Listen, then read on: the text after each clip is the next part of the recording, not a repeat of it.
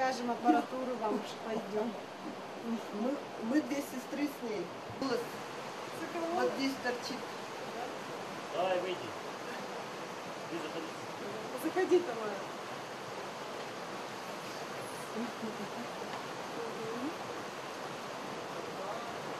На природу. Садись, посиди. На другой кровати. Дышит.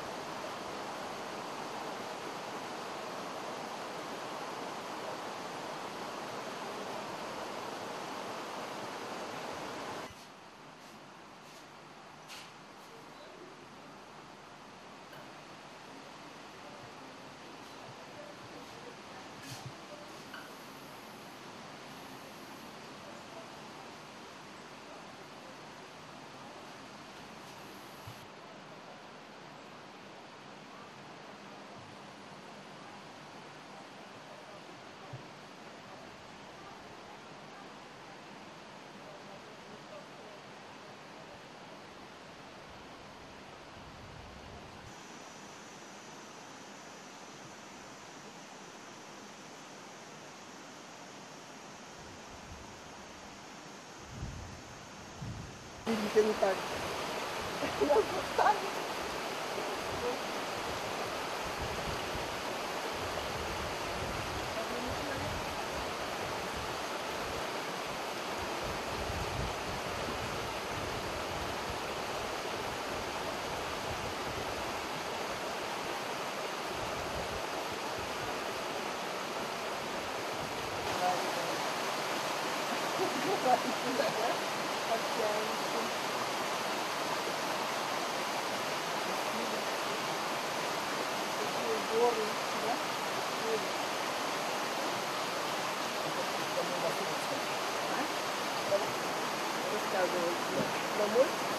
Да, вот это, через эту гору перевалить можно сходить. Посмотреть. Там еще где-то районный листочек.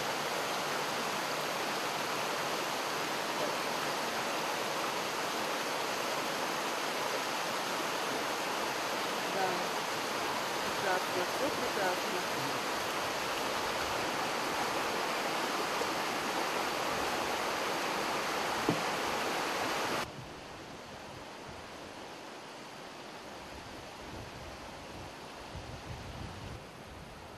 Можно?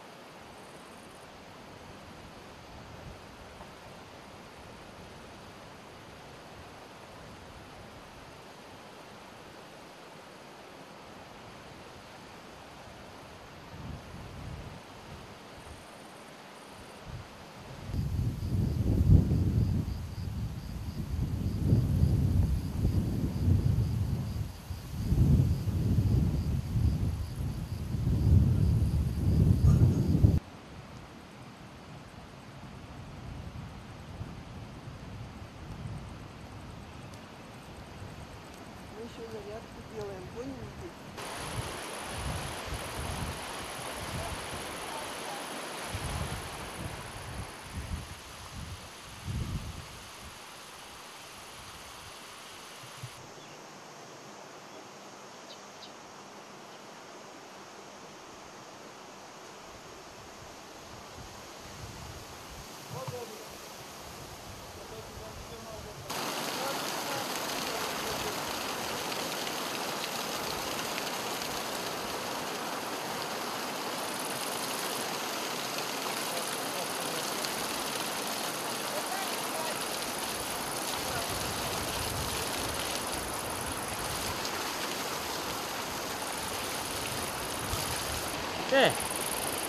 Evet be.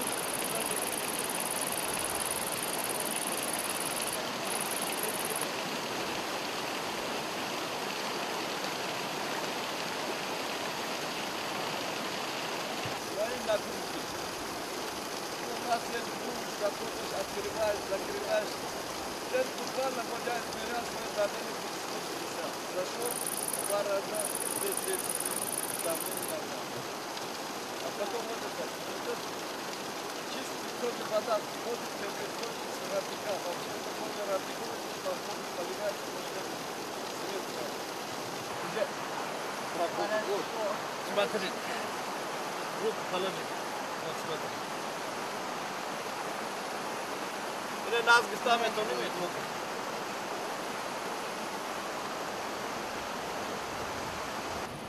Топ дар мегирад, сар метавонад. Это по телевизору поймут.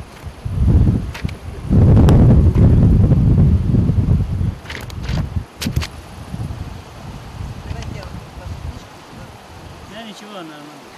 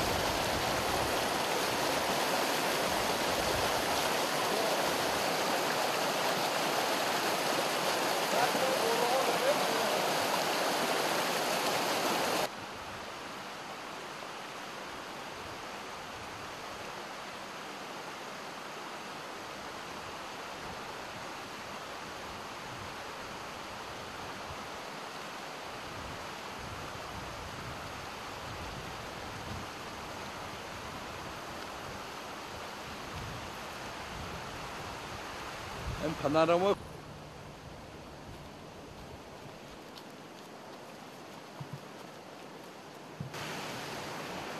ana sinmat neme gerad neme gaza tut kordor neşa. Amine sinmat ko hame etapşa. Neme gaza.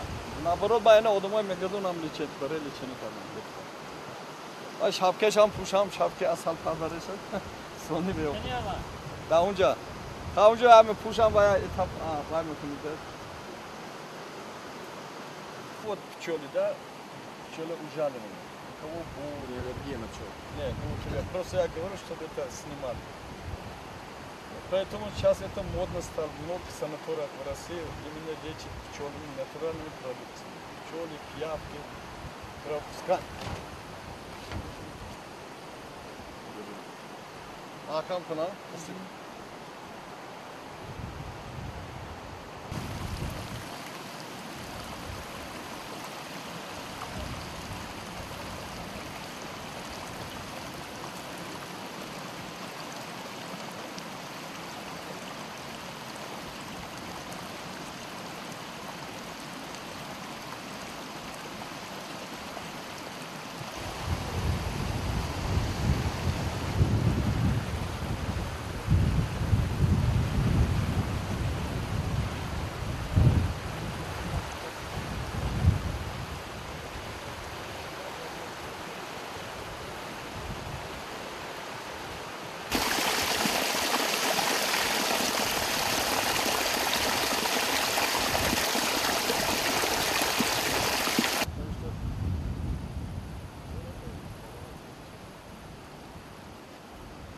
Я опасно, что друг, я остановился, все машины, вчера держите. Я сейчас заказал, с Дубая будут привезти полностью надо забыть. Ну, пока привезут, месяц пройдет.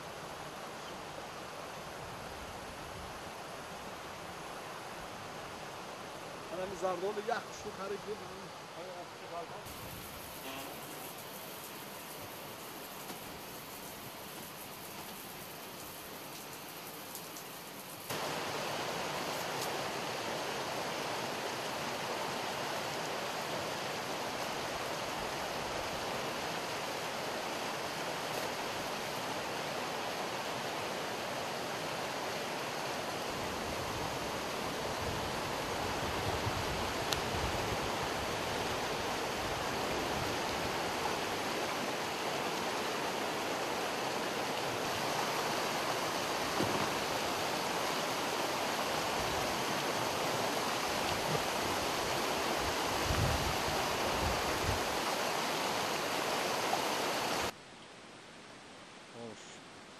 дар деҳаи Путхин читавре ки шумо дида истодед соли сеюм аст ки мо як маркази барқароркунии саломатӣ ё осоишгоҳ гӯем таъсис додем ки дар онҷо мо ният дорем ки дар оянда ҳамчун як академияи солимгардонӣ туризм яъне сайёҳӣ барқарор кунем ки мардум аз ин баҳравар шаванд. Ин манзараҳои кӯҳ, обҳои шифобахш, боду ҳавои тоза. Мана имрӯз дар меҳмонӣ мо аз шаҳри остонаи Қазоқистон чанд нафар беморон ҳастанд. Ҳатто духтурҳои мо даъват кардем ки аз он ҷо барномаи махсус овардаги программа ки қариб ки тамоми анализҳои хун, пешоб, хош таркиби ферментҳои ҷигару меъдаю рӯда ва сканери ҳар як органа нишон медиҳад. Имрӯз техника чӣ хел тараққӣ кардааст ва одамое ки ба ин диёри мо омуданд аллакай ба ин ҷо як меҳр бастанд.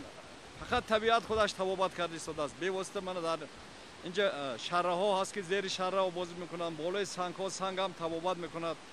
Яъне ки дар болои санг аз офтоб баданҳои онҳо обу тоб мехӯрад.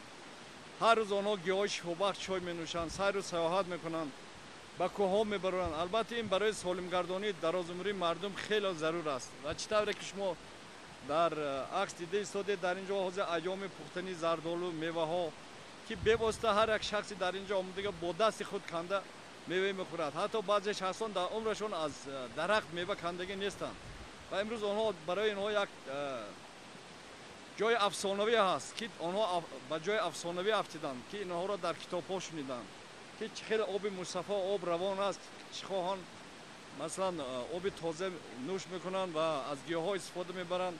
ва чӣ тавре ки дидед дар ин ҷо мо чанд қуттӣ орӯи асалам оварда мондем ки аввалин маротиба дар республика бо воситаи асал орӯя газондан мо беморҳои табобат мекунем. Албатта соли 90 мо ин дар шаҳри Душанбе як таъсис дода будем баъди ҷангҳои ки дар Тоҷикистон шуда гузашт. Ин методҳои мо аз байн рафт.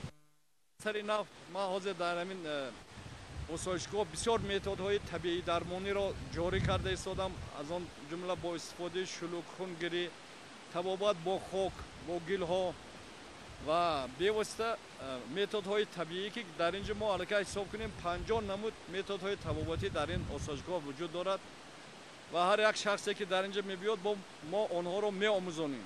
Чӣ тавре ки Синои бузургвор гуфтааст, одамон аз беморӣ не аз нодонӣ мемуранд.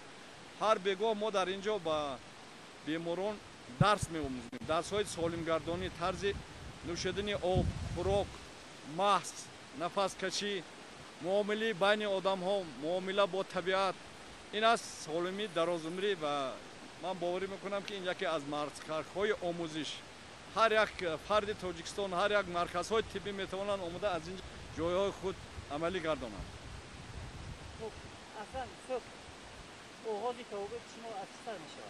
صبحان оғози табобати мо ҳар субҳ аллакай мо бо беморон гӯем аз варзиш сар мешавад ки мо ҳудуди 2-3 километр роҳ мекардем, варзиш мекунем дар канори об, машқҳои бо садо ҳам табобат мекунем, овоз мебаронем, машқҳои субҳ мешавад, баъди он хӯроки субҳона мегардад, баъди он процедураҳои табобатӣ сар мешаванд.